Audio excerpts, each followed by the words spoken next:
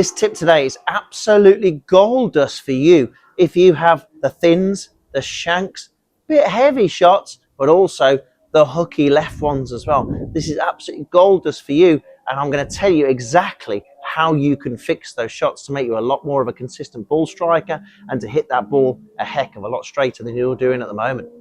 Before we start, don't forget, hit that link below to get on my website, to get on the waiting list for lessons with myself here at Whittlebury Park Golf Club.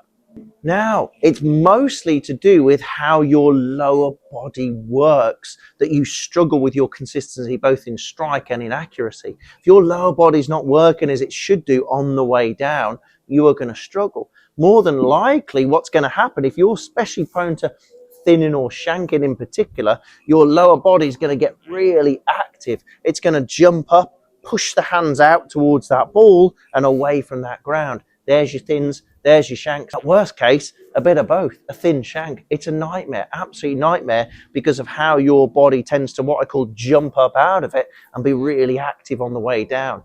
I blame a lot about these videos saying fire your hips. People don't fire their hips in the right way.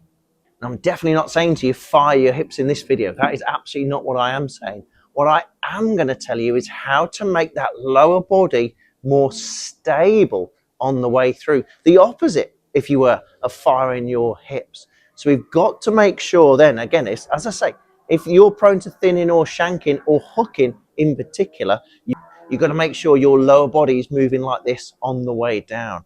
What I want you to get the feeling of on the way down, take it as normal as you can on the way back. I want you to feel that on the way down, your knees are separating on the way down. Because what happens when your knees separate on the way down, your pelvis, your bum, will go slightly more behind. Let's think about that for a second. What happens when you jump up and out? You'll push forward and your hands and your club will go out towards that ball in front of you, Shank City. If we split those knees on the way down, we'll feel like those knees are parted.